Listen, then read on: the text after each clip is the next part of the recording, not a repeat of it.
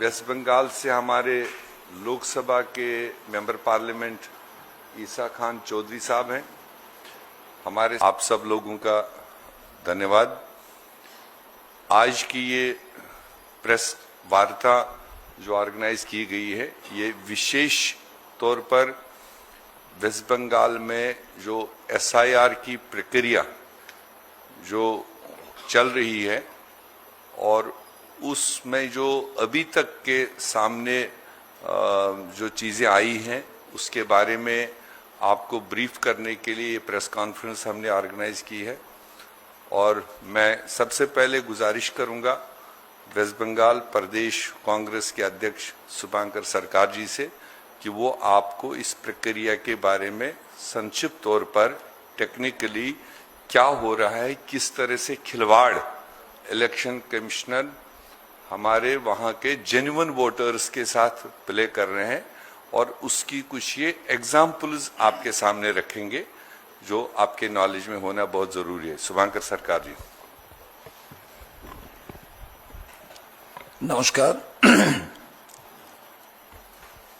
So you know, Bengali speaking people are torturing outside of the state, especially BJP ruling state. So from the headquarters of the AICC, I will speak Bengali. আপনাদের কাছে প্রথমে আমি কিছু হিন্দিও বলবো, ইংরেজিতেও বলবো। আমরা আজকে এআইসিসি হেডকোয়ার্টার থেকে এই যে প্রেস বার্তা, আমাদের নেতা গোলাম মোহাম্মদ মীর সাহেব আছেন, এসআইআর কমিটির চেয়ারম্যান প্রসেনজিৎ বাসু, ওয়ার রুমের chairman BP Singhji, member of parliament এবং জেলা সভাপতি মালদার ঈশা খান চৌধুরীজি, আশুতোষ চ্যাটার্জিজি, মুনিশ তামাংজি। আপনারা জানেন যে পশ্চিমবঙ্গে 2026-এ নির্বাচন হবে এবং সেটা নির্বাচন কমিশনও জানে। নির্বাচন কমিশন তারা এসআইআর করার সিদ্ধান্ত নিলেন। আমরা কিন্তু এসআইআর এর বিরোধিতা করিনি, কারণ এর আগে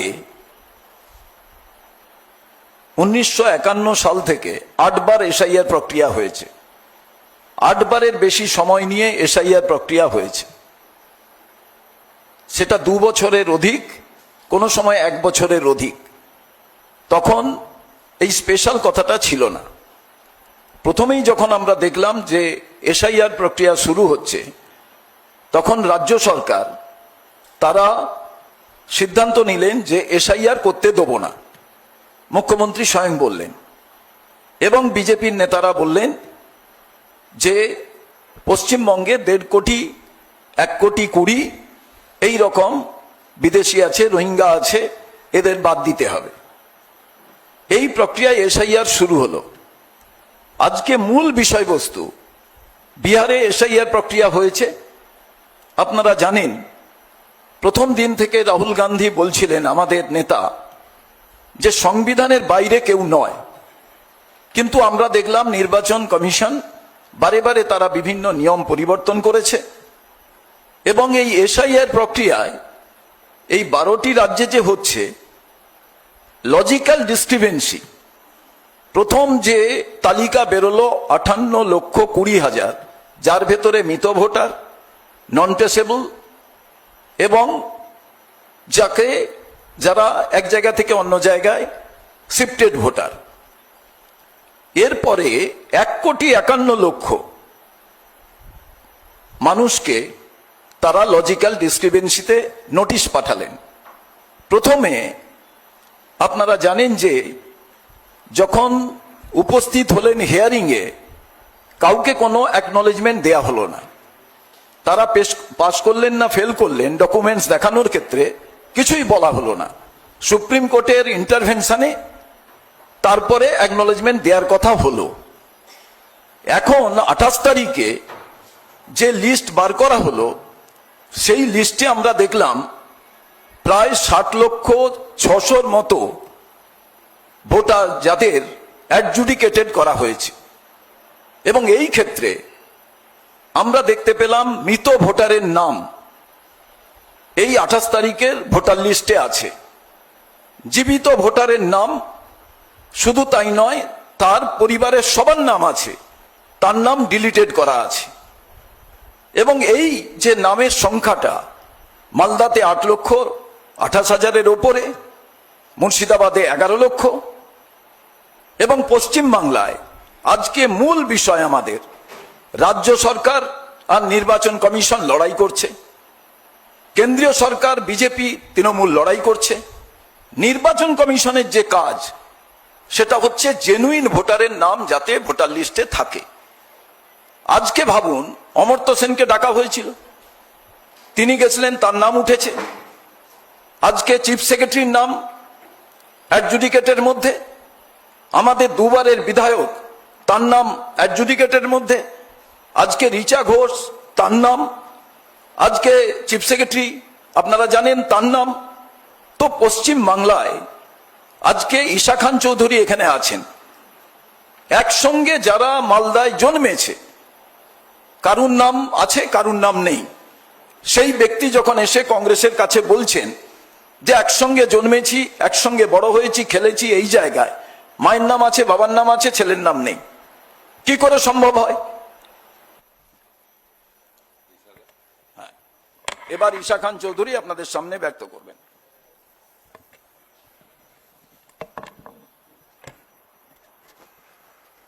সবাইকে আমি আমার ভালোবাসা জানাই।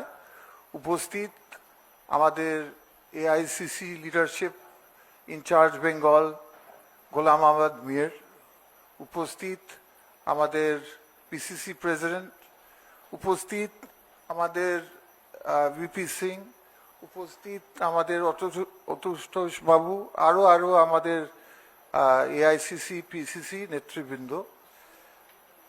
আজকে আপনারা শুনলেন যে কিসের জন্য প্রেস কনফারেন্স ডাকা হয়েছে। আমি শুরু করতে চাইছি, আপনার সামনে কিছু আমি রিড করব আপনাদের পার্সেন্টেজ যে আন্ডার এডুকেশন হয়ে গেছে মালদা ডিস্ট্রিক্টের, আমার ডিস্ট্রিক্ট, যেমন রতুয়া আর Harishchandrapur 36% under education, Manikchak 25%, Mothabari Malatipur constituency assembly constituencies 40%, বয়সমরাগা 32%, সুজাপুর 53%।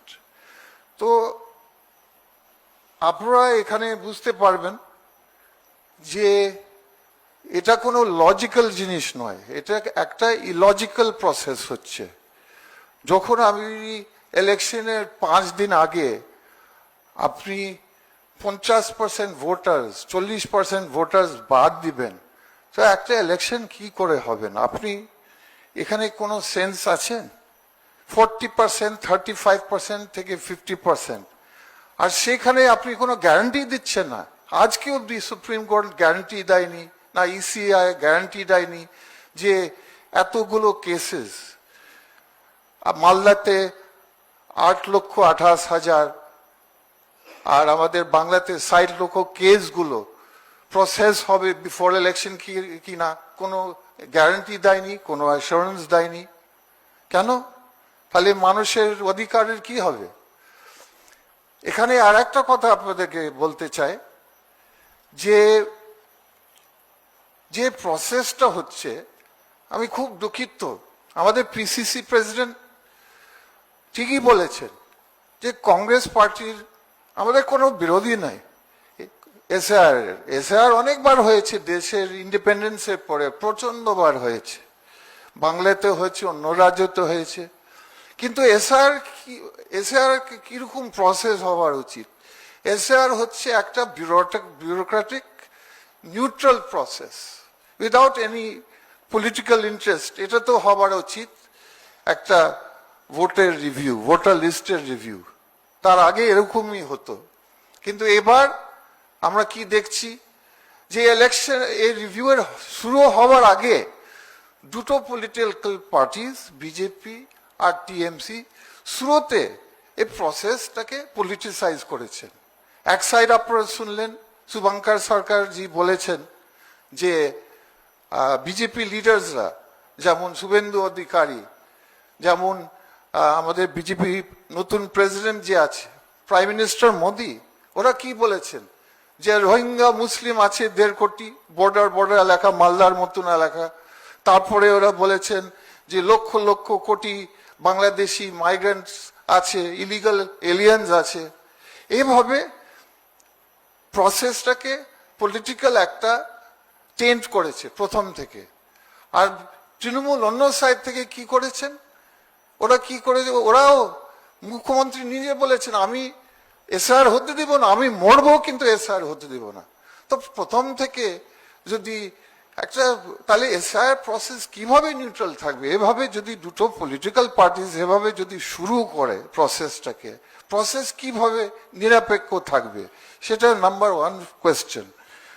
নাম্বার 2 কোয়েশ্চেন হচ্ছে আরেকটা সমস্যা, এটা আমার কথা নয়, এটা কংগ্রেস পার্টির কথা নয়, সুপ্রিম কোর্ট নিজে বলেছেন যে ইসিআই আপনার কেন্দ্র সরকার আর রাজ্য সরকারের মধ্যে একটা ট্রাস্ট ডিফিসিট হচ্ছে।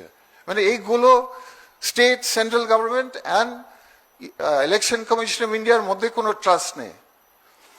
আপনাকে বলছি স্টেটমেন্ট কি বলেছেন, ইলেকশন কমিশনার বলছেন যে আমাকে এআই সফটওয়্যার ইউজ করতে হচ্ছে, এআই সফটওয়্যারের জন্য এত নামগুলো আসছে রিভিউ এর জন্য, অ্যাডজুডিকেশনের জন্য কেন এত নাম আসছে? কারণ আপনাদের সফটওয়্যার যে আছে এআই সফটওয়্যার আছে বাংলা পড়তে পারছে না।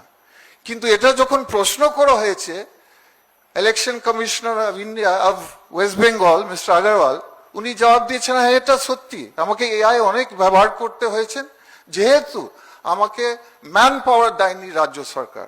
রাজ্য সরকার উনি রাজ্য সরকারের কাছ থেকে চাইছিলেন, উনি দাবি করেছেন 1000 ডেটা অপারেটরসের কাছে, উনি পাইনি। উনি চাইলেন 300 গ্রেড এ ক্যাটাগরি সরকারি অফিসার, উনি পাইনি। তাহলে এভাবে যদি লড়াই হয় দুটো সরকারের মধ্যে, আমার সোজা প্রশ্ন, why will the common voter suffer? The ECI, the central government, state government are not cooperating with each other. They have hijacked the SAR process. SAR, we are in favor of SAR. Let SAR happen. We are not scared of SAR. But if these 3 constitutional bodies, 2 governments, and also the ECI cannot function properly, why are 60 lakhs people of West Bengal being punished? Why? Who will give the answer? 60 lakhs people, বার ওদেরকে যেতে হচ্ছে হিয়ারিংস, ওদের হিয়ারিংস হয়ে গেছে already, ওদের paper জমা হয়ে গেছে অলরেডি, কিন্তু এআই হয়তো বাংলা বুঝতে পারে না, তার জন্য আবার যেতে হচ্ছে, তার জন্য ওদের vote is at risk today. তার জন্য আমাদের দাবিগুলো আছে, we have certain demands from the Congress party. যে আমাদের শুভঙ্কর সরকার আমাদের পিসি প্রেসিডেন্ট বললেন যে যাদের 60 লক্ষ মানুষ যারা আন্ডার এডুকেশন আছে সেগুলো রিভিউ প্রসেসটা কমপ্লিট করতে হবে বিফোর ইলেকশন। অল, একটা লোক নাম বাদ যাবে না। না হলে আর একটা অপশন আমি নিজেই সাজেস্ট করছি with permission off party, why not use the list of 2026 Lok Sabha election, SR process continue করে, তাহলে ভোট টাইমিং ডিস্টার্ব হবে না। আর একটা সাজেশন আমাদের, যে এডুকেশন লিস্ট ডেইলি একটা পাবলিকেশন দরকার আছে অ্যাসেম্বলি ওয়াইজ, কারণ মানুষরা তো প্যানিক করছে আমার নাম প্রসেসিং হয়েছে আমি ভোট দিতে পারবো কিনা। তার জন্য কংগ্রেসের ডিমান্ড যে ডেইলি ইচ অ্যাসেম্বলিতে একটা লিস্ট আনানো হোক, যেখানে সাধারণ মানুষ বুঝে হ্যাঁ আমার প্রসেসিং হয়ে গেছে, এবার আমি ভোট দিতে পারবো। শেষে আমি শুধু এটা বলতে চাই যে ভোট হচ্ছে একটা fundamental right. It is not a whim and fancy of any state government or any election commission. It is a fundamental right in our constitution. কিন্তু আমরা কি দেখছি যে ছোট মনের রাজনীতির জন্য আর নন কোঅপারেশনের জন্য যেগুলো বডি যাদের বাঁচাবার উচিত ভোটের অধিকার, তারা মানুষের কাছ থেকে ইসিআই আর দুটো central state government, they are snatching the right of voters' rights from the voters. Therefore, in no society, no system of justice in the world are innocent punished for the mistakes of the guilty. এখানে আমি খোলাখুলি বলছি, guilty party হচ্ছে state government, central government আর ECI. তাদের মধ্যে cooperation নেই। এটা আমি আবার বলছি, এটা আমার কথা নয়, সুপ্রিম কোর্ট বলেছেন। Supreme court has wrapped them and told them there is a trust deficit between all of you agencies of you government is. The Supreme Court has said.